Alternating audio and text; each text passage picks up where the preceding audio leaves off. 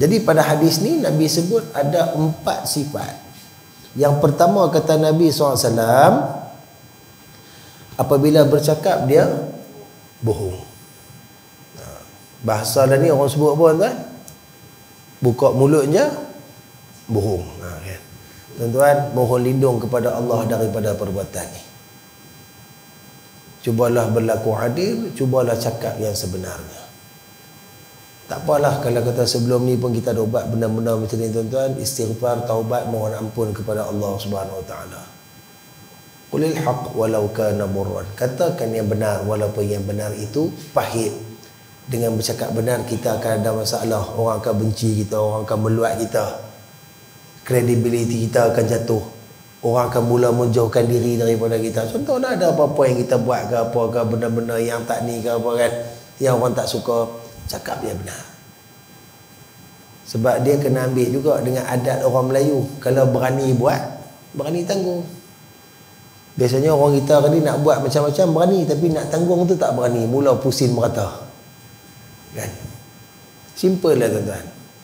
Kalau kita tak mau nak bohong, maka kita jangan buat benda-benda yang boleh membawa kita untuk ke arah membohong. Cakap benda betul, buat benda yang betul.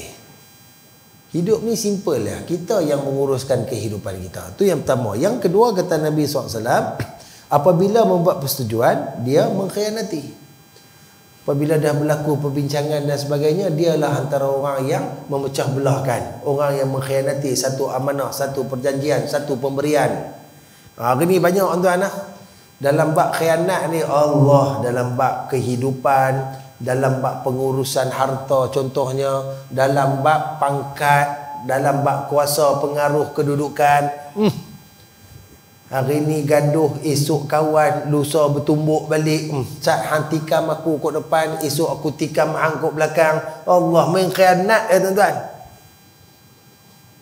Tuan-tuan, pengkhianat ni takkan selamat tuan-tuan. Tak kira lah atas apa bentuk pengkhianatan yang dia lakukan. Jika dia buat benda tu menguntungkan dia dan menyusahkan orang, melanggar hak amanah pemberian orang, maka ketika itu dia akan dikira sebagai pengkhianat. Dia kalau contoh paling sedap nak sebut, nak bagi tuan-tuan jegir mata ni, dia kena sebut tentang politik lah kan. Tapi kita tak maulah nak sembang politik tuan-tuan. Tapi yang banyak duk berlaku pada dulu sampailah lah ni tuan-tuan kan. Bila kita bagi satu-satu amanah kepada orang tertentu atas kedudukan tertentu, bila dia dah ada pengaruh kuasa, dia berubah tanpa keizinan, tanpa bertanya kepada orang yang memberikan mandat kepada dia. Dia mengkhianati mandat yang diberikan. Tuan-tuan, tak sikit tuan-tuan benda tu. Jenuh nak jawab nanti depan Allah sepasai dah nak menjawab dengan orang yang memberi mandat tu. Ni bukan benda kecil tuan. Sebab tu Nabi highlight terus, orang khianat ni munafik. Sebab memang sifat munafik dia mengkhianati perjuangan Nabi SAW. Kat Mekah dulu berapa ramai orang munafik pada zaman Nabi SAW duk bawa Islam ni. Depan Nabi SAW, ya Allah, lebih hebat daripada sahabat-sahabat lain dalam bab ibadat, dengan bicaranya, cara cakapnya dan sebagainya. Tapi di belakang dia merancang sesuatu untuk menghancurkan perjuangan Nabi SAW. Sama tak tuan-tuan? Mandat diberi, tiba-tiba dia hancurkan.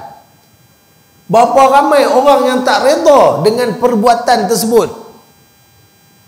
Kita bercakap dari aspek agama tuan-tuan.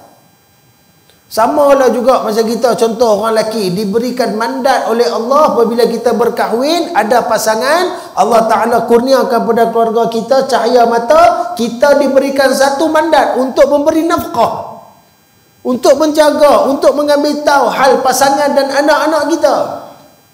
Tapi kita leka, kita teruskan kehidupan dunia kita. Kita tak ajak anak-anak kita bab agama. Kita tak heran dengan ibadat mereka. Kita tak kisah pun mereka tak solat, tak boleh baca Quran.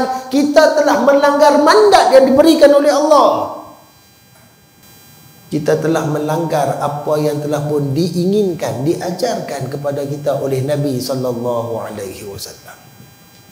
Tuan-tuan, amanah ni benda yang berat. Maka bila kita dapat, jangan khianati dia tuan-tuan. Buat dekat mana boleh, buat dekat mana mampu. Allah tahu setiap kemampuan hamba dia. Cuma Allah nak tengok sejauh mana seorang-seorang hamba tu bila diberikan kepercayaan, dia akan pegang kepercayaan tersebut. Dia takkan khianat. Dan kalau tuan-tuan baca sejarah tuan-tuan, hancurnya negara juga disebabkan oleh pengkhianat. Kalau tuan-tuan baca sejarah, kita ambil contohlah sejarah Melaka kan. Bagaimana Melaka boleh jatuh? Sebab ada pengkhianat. Uthmaniyah macam mana boleh jatuh? Sebab ada pengkhianat. Ada orang dalam ni yang kita nampak dia ni sebenarnya geng kita, tapi dari satu segi sebenarnya dia duk tunggu nak jatuhkan kita.